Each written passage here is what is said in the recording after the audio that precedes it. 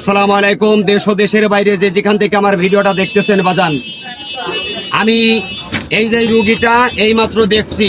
আর এই জায়গাটা হচ্ছে কোন জায়গা? ধলগ্রাম বাজার। এটা হলো যশোর জেলা, যশোর জেলা ধলগ্রাম বাজার। এই মাত্র এই রুগীটা দেখলাম। ইনি কিন্তু উটাক্কা বসে পিসাব করতে পারতো না বা বাথরুম করতে পারতো না, দাঁড়াই পড়িয়ে পিসাব করতো বা কম ওঠে। আমি এনার মুখ দিয়ে শুনি। আপনি কি বসতে পারতেন? একটু জোরে বলেন না। এখন কি বসতে পারতেছেন? এখন কি বসতে পারতেছেন? আলহামদুলিল্লাহ। আলহামদুলিল্লাহ। আমি এইবার একটু মানুষের বসে দেখান। বসেন।